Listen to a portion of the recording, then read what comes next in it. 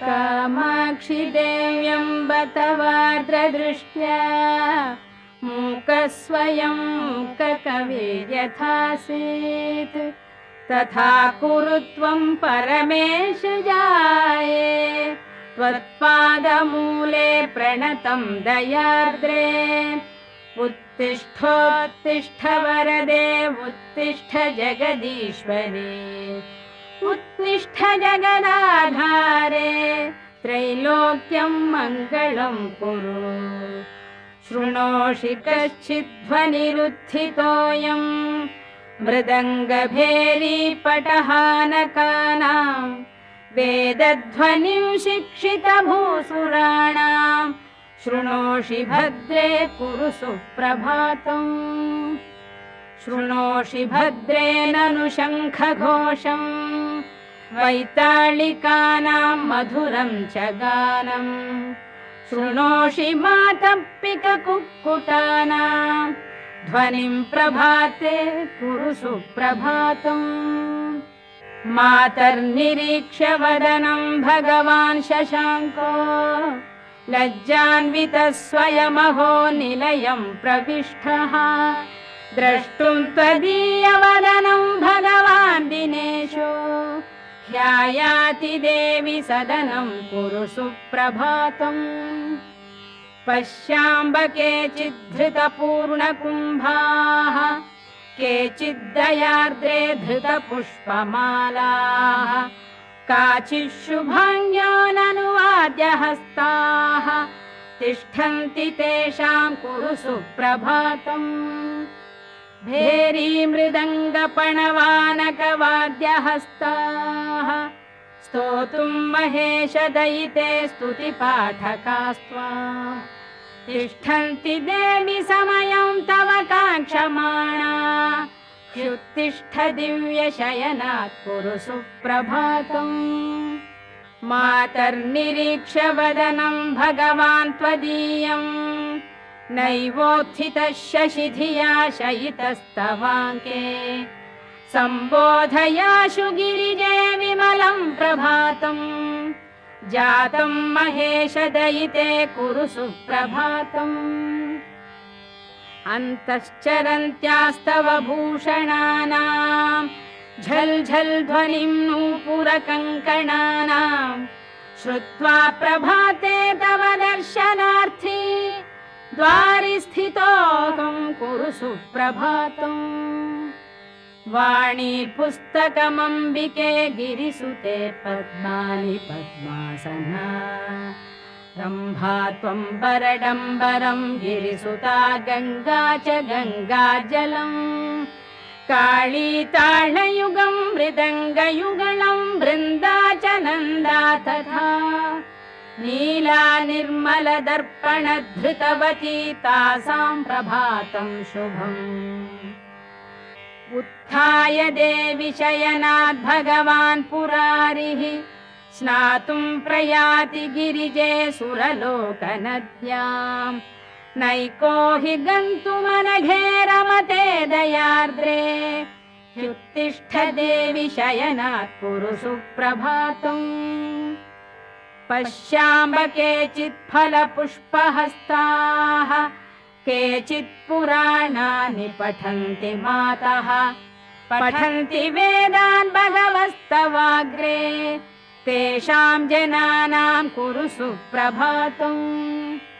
लावण्यशेवधिमवेक्ष्य चिरं त्वदीयं कन्दर्पदर्पदलनोऽपि वशङ्गतस्ते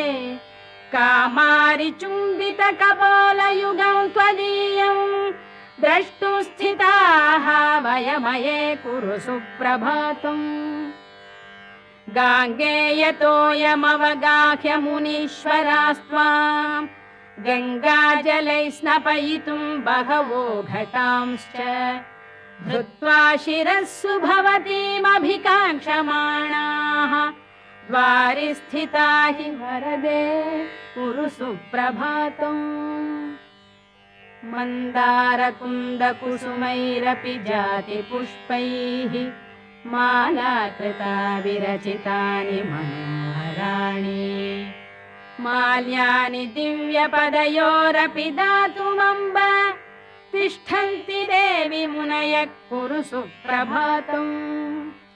काञ्चीकलापपरिरम्भनितम्बबिम्बम् काश्मीरचन्दनविलेपितकण्ठदेशम् कामेशचुम्बितकपालमुदारनासा द्रष्टुं स्थिताः वयमये कुरु सुप्रभातम् मन्दस्मितं विमलचारुविशालनेत्रम् कण्ठस्थलं कमलकोमलगर्भगौरम् चक्राङ्कितं च युगलं पदयोर्मृगाक्षी द्रष्टुं स्थिताः वयमये कुरु सुप्रभातम् मन्दस्मितं त्रिपुरनाशकरं पुरारेः कामेश्वर प्रणयकोपहरं स्मितं ते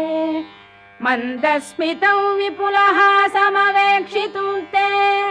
मातस्थिताः वयमये कुरु सुप्रभातम् माता शिशूनां परिरक्षणार्थं न चैव निद्रावशमेति लोके मातात्रयाणां जगतां गतिस्त्वं सदा विनिद्रा कुरु सुप्रभातम्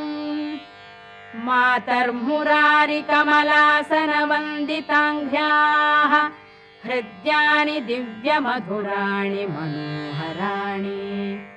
श्रोतुं तवाम्बवचनानि शुभप्रदानि द्वारि स्थिताः वयमये कुरु सुप्रभातम् दिगम्बरो ब्रह्मकपालपाणिः विकीर्णकेशफणिवेष्टिताङ्गः तथापि मातस्तव देवि संगात् महेश्वरो भूत् कुरु सुप्रभातम् अयि तु जननि दत्तस्तन्यपानेन देवी द्रविडशिशुरभूद्वै ज्ञानसम्बन्धमूर्तिः द्रविडतनय भुक्तक्षीरशेषं भवानी वितरसि यदि मातः सुप्रभातं भवेन्मे जननि तव कुमारस्तन्यपानप्रभावात् शिशुरपि तव भर्तुः कर्णमूले भवानी प्रणवपदविशेषं बोधयामास देवी यदि मयि च कृपाते सुप्रभातं भवेन्मे त्वं विश्वनाथस्य विशालनेत्रा हालास्यनाथस्य नु मीननेत्रा एकाम्रनाथस्य नु कामनेत्रा कामेशजाये कुरु सुप्रभातम् श्रीचन्द्रशेखर गुरुर्भगवान् शरण्ये श्रीचन्द्रशेखर गुरुर्भगवान् शरण्ये श्रीचन्द्रशेखर गुरुर्भगवान् शरण्ये त्वत्पादभक्तिभरितफलपुष्पपाणिः एकाम्रनाथ दयिते तव दर्शनार्थी तिष्ठत्ययं यतिवरो मम सुप्रभातम् एकाम्रनाथ दयिते ननु कामपीठे सम्पूजितासि वरदे गुरुशङ्करेण श्रीशङ्करादिगुरुवर्य समर्चिताङ्घ्रिं द्रष्टुं स्थिताः वयमये कुरु सुप्रभातम् दुरितशमनदक्षौ मृत्युसन्त्रासदक्षौ चरणमुपगतानां मुक्तिदौ ज्ञानदौ तौ अभयवरदहस्तौ द्रष्टुमम्बस्थितोऽहम्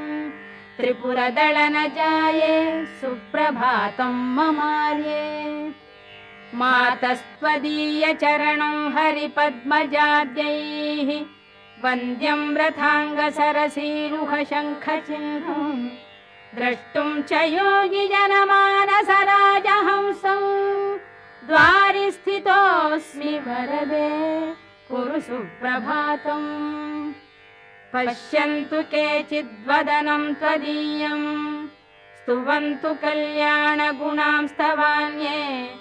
नमन्तु पादाब्जयुगं त्वदीयाः द्वारे स्थितानां कुरु सुप्रभातम् केचित् सुमेरोः शिखरेति तुङ्गे केचिद्मणिद्वीपवरे विशाले पश्यन्तु केचित् त्वमृताब्धिमध्ये पश्याम्यहं त्वामिह सुप्रभातम् शम्भोर्वामाङ्कसंस्थां शशिनिभवदनां नीलपद्मायताक्षी श्यामाङ्गां चारुहासां निबिडतरकुचा पक्वबिम्बाधरोष्टीं कामाक्षीं कामदात्रीं कुटिलकचभरां भूषणैर्भूषिताङ्गीं पश्यामः सुप्रभाते प्रणतजनिमताम् अद्य नः सुप्रभातम् कामप्रदा कल्पतरुर्विभासि नान्या गतिर्मे ननु चातकोऽहम् वर्षस्य मोघः कनकाम्बुधाराः काश्चित्तु धाराः मयि कल्पयाशु त्रिलोचनप्रियां वन्दे वन्दे त्रिपुरसुन्दरीं त्रिलोकनायिकां वन्दे सुप्रभातं ममाम्बिके कामाक्षि देव्यम्ब तवार्धदृष्ट्या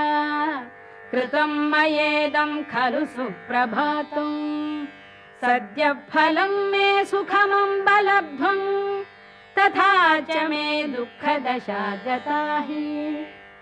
ये वा प्रभाते पुरतस्तवार्ये पठन्ति भक्त्या ननु सुप्रभातम् शृण्वन्ति ये वा त्वयि बद्धचित्ताः तेषां प्रभातं कुरु सुप्रभातम्।